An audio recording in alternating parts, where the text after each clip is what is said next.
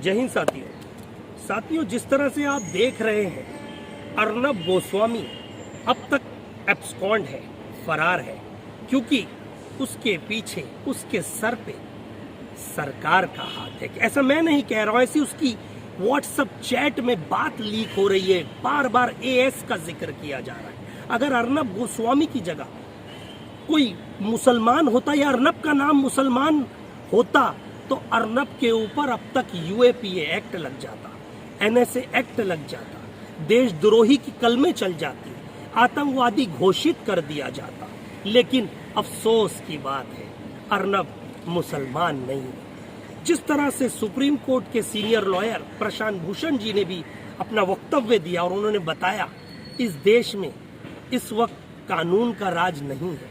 अगर कानून का राज होता तो अर्नब जेल की सलाखों के पीछे होता, ना कि फरार होता। अब मेरा यह मानना है कि अर्नब गोस्वामी इतना सरकार के लिए महत्वपूर्ण कैसे हो गया, वो ऐसी है कि जानकारी एक ऐसे पत्रकार को कैसे मिल गई, जो ये काफी खुफिया खबरें होती हैं, जो इंटेलिजेंस ब्यूरो रहती है, सरकार की एजेंसीज रहती है, प्रधानमंत्री जी, गृह मंत्री जी, डिफेंस मिनिस्टर, इनके हद में रहती है। लेकिन एक पत्रकार को पहले से पता था अटैक होने वाला है। और पार्थोदास गुप्ता के साथ जो उनकी चैट वायरल हो रही है कि उनके कनेक्शन प्रधानमंत्री जी से कितने क्लोज बताए जा रहे हैं, एएस अमित शाह जी से कितने क्लोज बताए जा रहे हैं, इसीलिए उनके ऊपर कार्रवाई नहीं हो रही।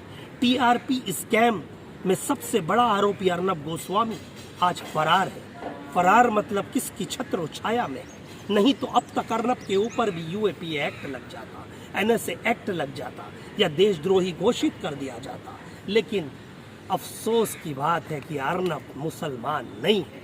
यही बात है कि अर्नब गोस्वामी कभी भी किसी पे उंगली उठाता है, चाहे वो पत्रकार हो, चाहे वो फिल्म इंडस्ट्री से ताल्लुक रखने वाला हो, या वकील हो, या जज हो, या सरकार की कोई एजेंसी हो, ये सब के ऊपर उंगलियां उठाता है, उन्हें थ्रेटनिंग करता है, धमकाता है, लेकिन उसके ऊपर कार्रवाई नहीं होती, क्योंकि सुप्रीम कोर्ट भी कहीं ना कहीं सही डिसीजन इस वक्त नहीं ले रहा है।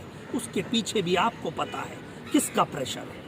आज ईडी के मद्देनजर रखते हुए लोगों पर जबरन तरीके से आज लोगों को प्रेशर बनाया जा रहा है, डराया जा रहा है, धमकाया जा रहा है। अब सरकार की नीतियां इस वक्त गलत रास्तों पर चल रही है, हिटलर शाही की रास्तों पर चल रही है। क्योंकि अर्नब गोस्वामी जब टाइम्स नाउ में एंकरिंग करा करते थे, जब उनकी छवि थोड़ी अलग हुआ करती थी, आज उनकी छवि जब से उन्होंने रिपब्लिक चैनल को पार्टनरशिप में खरीदा है कुछ सांसदों की मदद से और अपनी टीआरपी रेटिंग बढ़ाने की कोशिश कर रहे हैं, कुछ खरीद और बेच के, कुछ खरीद फरोख्त करके, तो इसे नेशनलिस्ट कुछ लोग कह रहे हैं, बोल रहे हैं ये देश का एक ऐसा पत्रकार है जो देश के लिए बात करता है। नहीं, ये देश के लिए बात नहीं कर रहा, ये देश की खुफिया चीजों को लीक कर रहा है।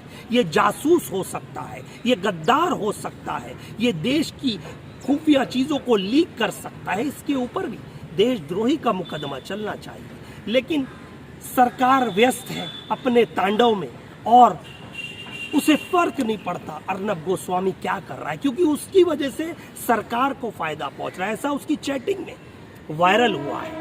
तो अगर अर्नब गोस्वामी अगर मुसलमान होता तो शायद अब तक जेल की सलाखों के पीछे होता।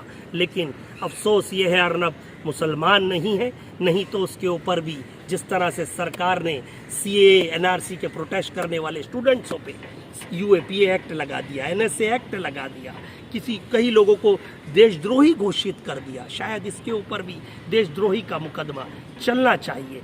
देखते हैं क्या अर्नब के खिलाफ होती है एफआईआर, या अर्नब को होती है जेल, या फिर सरकार की छत्र छाया में रहकर उन्हें मिल जाएगी एंटीसिपेटरी बेल। जय हिंद साथियों।